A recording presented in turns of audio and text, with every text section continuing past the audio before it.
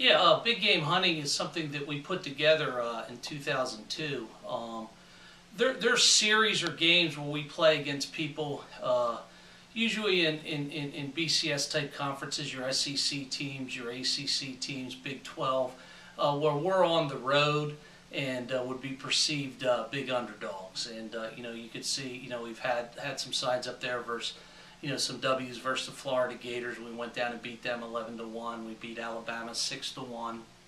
Last year we played Kansas State. Kansas State was, I think, 16th in the country, and then also in our Big East, Big Ten challenges. So it's just something that we have fun with our program, with the players and coaches, and it doesn't involve any of the Big East teams. It's just kind of winning baseball games on the road or at neutral sites against people that maybe that would be perceived heavy favorites versus the Wildcats.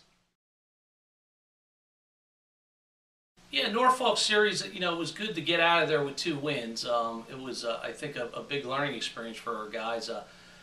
Wasn't surprised, as we talked about last week, and we talked in our team meetings prior to the series, that we thought Norfolk had a really good ball club.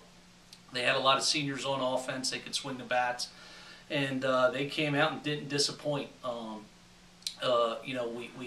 McMine pitched well on Friday, and we were very fortunate that we won 8-7. We had a lead in that game, and Norfolk battled back to make it a 1-run ball game into the 8th inning.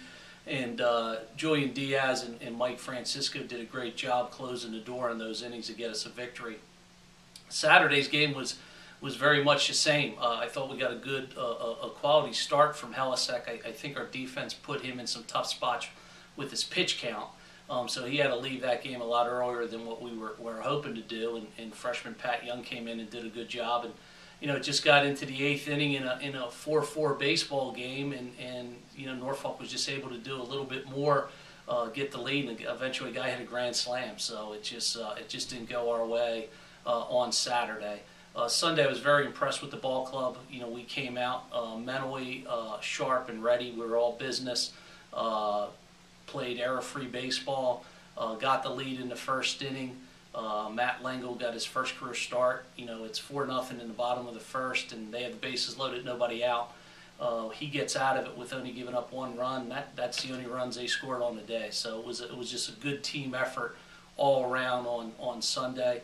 I was pleased getting after the Sunday game, because I thought that we just were a much better baseball team Sunday than we were the first 2 games. So that's all you can really ask for, out of your first weekend, is we got 2 wins and we got better on Sunday.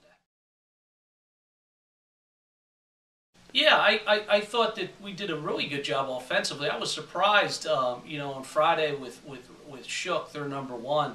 I mean, he was an 89-92 guy. I wasn't really expecting that. I knew that he was an all-conference player, and I knew that he was one of their better arms, and he did a really nice job of, I guess, setting the table for Norfolk State for that weekend, because he went out and competed, and I thought our offense did a really good job of getting 12 hits on the first day. Saturday they started a sophomore that pitched against us last year, and again, he kind of danced through the raindrops early in the game. We had a 3-0 lead, and we could have probably extended on that and just didn't quite get it done. We had our opportunities, just didn't quite get it done. They brought in a freshman left-hander late in that ball game, and I thought both him and Pat Young, we had 2 freshmen out there on the mound. I thought both guys pitched very well, and that kid got a big lead in the 9th, and I just think that he did a very good job. Van Ashman did a very good job of just pumping strikes in there to our hitters. Sunday they tried to start a freshman as well. Babit was his name, Bahida, and Justin pitched against us on Friday for an inning, kind of had a little bit of control problems, and he didn't have many answers for our hitters. I mean, our hitters were just really geared in the zone, looking for a fastball, and we barreled up quite a few pitches. So I thought that the whole weekend it wasn't how we kind of drew it up offensively, but I thought the whole weekend, for the amount of hits that we did, and we had some quality ABs and really put some good swings on some balls, was good. I was also exceptionally pleased we did a great job with the hit and run game, and our bunt game was outstanding. If we didn't bunt the ball as well as we did on Friday, maybe that result's different. Well, Matty's a hell of a ball player. He was a he had a solid year for us last year. I mean, his freshman year he was a transfer player. I mean, he was a player of a year in a conference his freshman year, and last year he was outstanding for us. I think many people, a lot of people remember that we lost Matt Caesar for an extended period of time offensively, but we lost Matt Fleischman for 20 or so games as well due to mono. And when he was in the lineup last year, he was one of the best Big East players, best Big East offensive players that we was in the league, and it just seemed like he picked up where he left off last year. I was told earlier that he ended the season on a hot streak, and certainly came out and just had quality ABs. I think that's just the thing with Matt, that he just gives himself a chance every time because he has a quality AB every time. Extremely excited with the freshman pitching. I mean, we talked last week about, Villanova, to be successful, has to pitch well, and we have, quite a bit of tradition of pitchers come through our programs the last 10 years. And, I thought Langle, Pat Young, Max Almonte, Haggerty, they were all outstanding. I mean, Pat Young went in for 3 innings, had really good velo, had really plus command. Langle getting his first career start, and especially the situation he was in. He's up 4-0, and with Norfolk State having the bases loaded, nobody out, he didn't give them anything. I mean, they earned it. They got on base with some hits and that stuff, and Matt pitched out of that. He got out of that first inning with only giving up 1 run. Now, it hurt him eventually because of his pitch count. He threw 39 pitches that inning, but I thought he was outstanding. And then Max Almonte came in and just really pounded the strike zone. And at the end of the day, our freshman pitchers threw 12 innings. They walked 1 guy and they gave up 2 earned runs. So, I mean, shoot, we take that every weekend. There's still a lot of work that those guys have to do to continue to get better, but that was a real nice, pleasant start. That helped us win a baseball game on Sunday when we really needed to win that game. Go ahead. Mike's a guy we have a lot of faith in. He's an experienced guy, and certainly, putting him out there for 2 innings isn't something that bothers him. I mean, he pitched, I think, an inning and a third. It was only 19 pitches.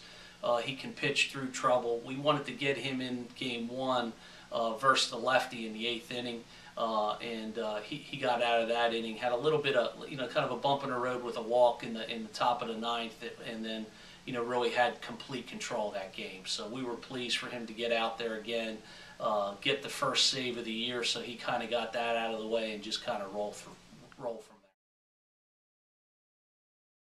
there. Yeah, we're real excited to have a chance to go down and play Duke.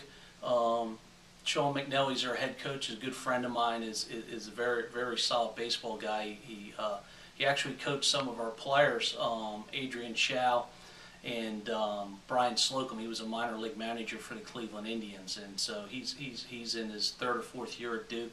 I think Duke and Villanova have very similar philosophies. It looks like they're a team that has good, solid pitching. They play great defense. They seem to create offense in motion. I know this past weekend they won 2 games versus Richmond.